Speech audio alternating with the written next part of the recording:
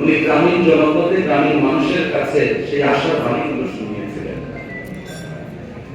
এখানে একজন বক্তা বলেছেন, তার কথা হেনরি কিসিঞ্জারের কথা বলেছেন, মার্কিন কূটনীতিক, যিনি বলেছিলেন যে তলাবিহীন ঝুড়ি, সেই তলাবিহীন ঝুড়ির বাংলাদেশকে মাত্র ৩ বছরের মাথায় রাষ্ট্রপতি জিয়াউর রহমান বিশ্ব পরিমণ্ডলে সমাদৃত করেছিলেন। রাষ্ট্রপতি জিয়াউর রহমান সব পছন্দ করতেন না, এটি আমরা সকলেই জানি। সাদামাটা ছিলেন, সাদামাটা ছিলেন।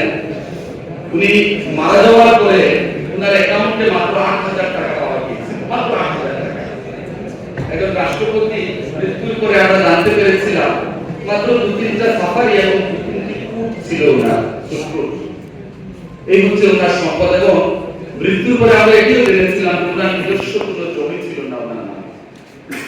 বাংলাদেশের রাষ্ট্রপতি যিনি একটি ঘড়ি পড়তেন, ঘড়ি, ওনার সামরিক সচিব একবার নাকি বলেছিল যে স্যার এই ঘড়িটি আমি ৩ বার মেরামত করেছি। আপনি তো বিদেশ সফরে যান, অনেক ঘড়ি কিন্তু জমা আছে, আপনি সেখান থেকে একটা ঘড়ি ইচ্ছে করলে কিন্তু আপনি করতে পারেন।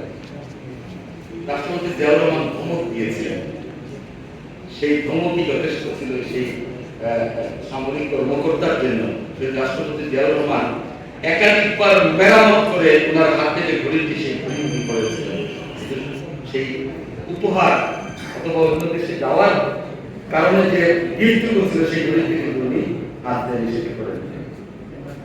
উনি একবার একটা অনুষ্ঠানে গিয়েছিলেন, আজকে যেরকম একটা অনুষ্ঠানে একই ধরনের চেয়ার রাখা, আপনারা খেয়াল করেছেন, সকল অতিথিদের জন্য সমান চেয়ার। সেরকম একটি অনুষ্ঠানে প্রধান অতিথি গিয়েছেন রাষ্ট্রপতি জিয়াউর রহমান, গিয়ে দেখেন সেখানে একটা তোয়ালে রাখা। উনি সাথে সাথে সেই তোয়ালে ছুঁড়ে ফেলে দিয়ে তৎকালীন ডিসিকে খুব ভর্ৎসনা করেছিলেন। আপনারা খেয়াল করে দেখবেন বর্তমান প্রধানমন্ত্রী আমাদের জনাব তারেক রহমান, ঠিক জিয়াউর রহমানের প্রতিচ্ছবি আমরা কিন্তু জনাব তারেক রহমানের মধ্যে দেখতে পাচ্ছি। উনিও কিন্তু এটি পছন্দ করেন না। একবার হালকাটা কর্মসূচিতে যাওয়ার সময় চমৎকার একটি বাড়ি দেখতে পেয়ে উনি ওনার তপস্বঙ্গীদের জিজ্ঞেস করলেন যে সুন্দর বাড়িটি কার? একজন বলছিলেন এটি একজন ব্যাংক ম্যানেজার। আমি এই গল্পটি আগেও করেছি। তো জেলা প্রশাসক রাষ্ট্রপতিকে বলছেন যে আমরা খাল কেটে ফেরত আসার সময় এই বাড়িতেই আমরা আহার করব। রাষ্ট্রপতি জিয়াউর রহমান কিছুই বলেননি। উনি যখন খাল কাটা শেষ করে ফেরত আসার পথে এই বাড়ির সামনে আসার সাথে সাথে ওনাকে যখন স্মরণ করিয়ে দেওয়া হলো যে আমাদের খাবারের আয়োজন এই বাড়িতে করা হয়েছে,